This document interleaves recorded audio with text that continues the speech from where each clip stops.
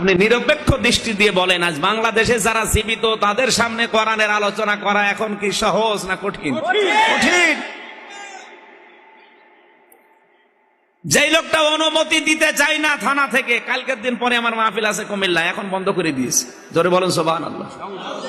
অথচ ওই ওসি, ওই এসপি, ওই ডিসি, ওই এমপির মা মারা যাক, আমারে ডাক দেবে, হুজুর কোরআন পড়ে দিন।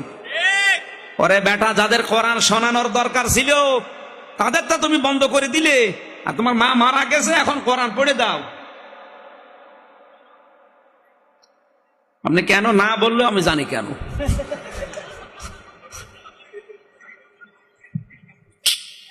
কি বুঝ এদের, আমি বুঝি না। এ মাথায় কি গোবর গোবর ভরা। এই আয়াতগুলো একটু শোনে না, যে ওয়ানসালনা ইলাইকা যিকরা লিতুবায়্যিনা লিন-নাস। হে নবী, আপনি যখন ব্যাখ্যা করবেন, বিশ্লেষণ করবেন, তখন সামনে